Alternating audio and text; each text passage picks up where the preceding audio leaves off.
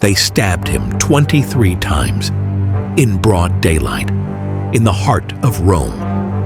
Not by barbarians, not by enemies, but by his own Senate.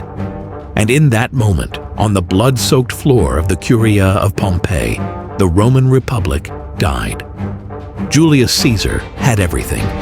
He was a brilliant general, a political genius, and by 44 BCE, he was dictator for life. But that last title, it was a step too far. Because in Rome, the word king wasn't a crown, it was a curse. And though Caesar refused a golden circlet at the Lupercalia festival, many believed it was just theater, a rehearsal for monarchy. Even his old allies were uneasy. The Senate watched him rise, and then they decided he had risen too high. The first whispers of blood began on February 22nd, 44 BCE. Two senators, Gaius Cassius Longinus and Marcus Junius Brutus, met in secret. They knew Caesar wasn't just transforming Rome, he was replacing it. If the Republic was to survive, Caesar had to die. The plan? Kill him. But not alone. They needed the illusion of justice, of unity. So they recruited 60 to 80 senators, many of whom had once marched with Caesar, dined at his table, praised him as savior of the Republic. Among them, Decimus Brutus, Caesar's friend; Julius Caesar with his carefully staged petition; Casca, who would strike first. Each man believed this wasn't murder, but sacrifice, a necessary act to restore the soul of Rome. But the gods sent warnings. Soothsayers cautioned him, beware the Ides of March. His wife Calpurnia dreamt of his statue bleeding in the Forum. Even the morning of March 15th, Caesar hesitated. But Decimus, trusted Decimus, persuaded him to go. And so he dressed, put on his toga, and walked into history. The Senate gathered at the Curia of Pompeii. Outside, Mark Antony, Caesar's fiercest ally, was held in conversation, deliberately delayed. Inside, the trap was already set. Julius Caesar approached first, asking for his brother's return from exile. When Caesar denied him, Caesar grabbed his toga, the signal. Casca struck the first blow, stabbing Caesar in the neck. The great general spun, shocked, wounded, but alive. He fought back, even driving a stylus into Casca's arm. But there were too many. Blade after blade fell upon him. Brutus joined the fray, and Caesar, if we believe the legends, saw his friend and whispered, "Kaisu, Teknon? You too, child." Then he drew his robe over his legs, so he would die with dignity.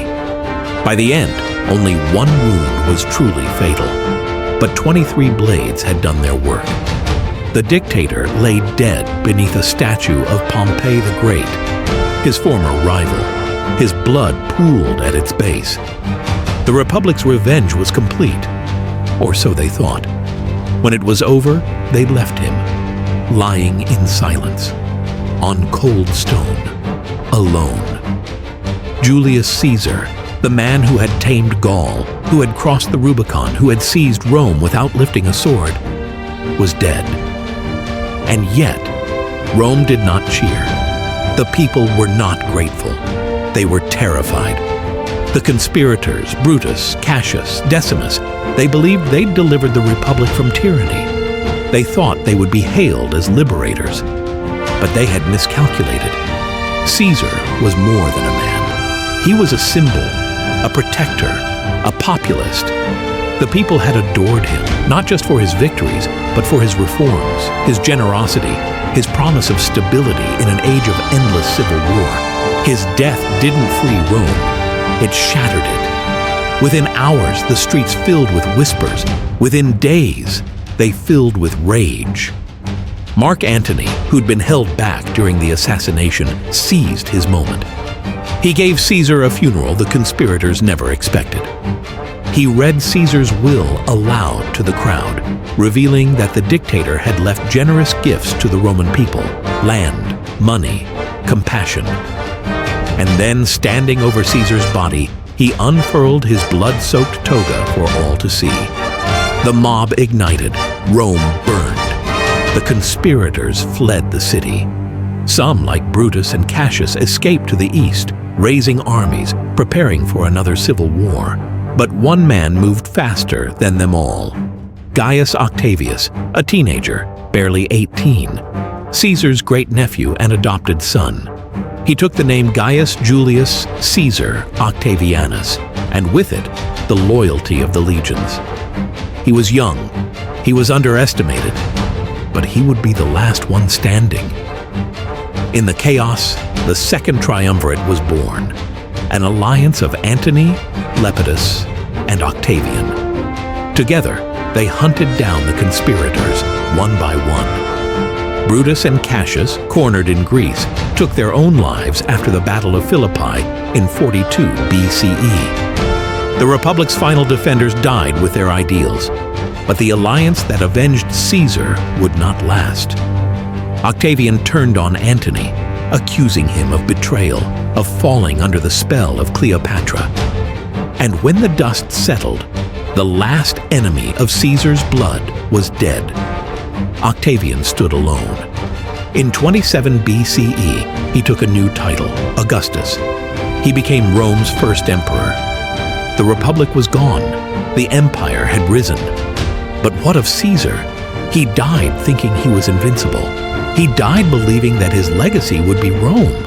And in a way, he was right. He wasn't just mourned. He was deified. The Senate declared him a god. His name, Caesar, became a title for emperors. His death meant to restore the Republic, instead forged an empire that would dominate the Western world for centuries. And all of it began with a single stab on the Ides of March.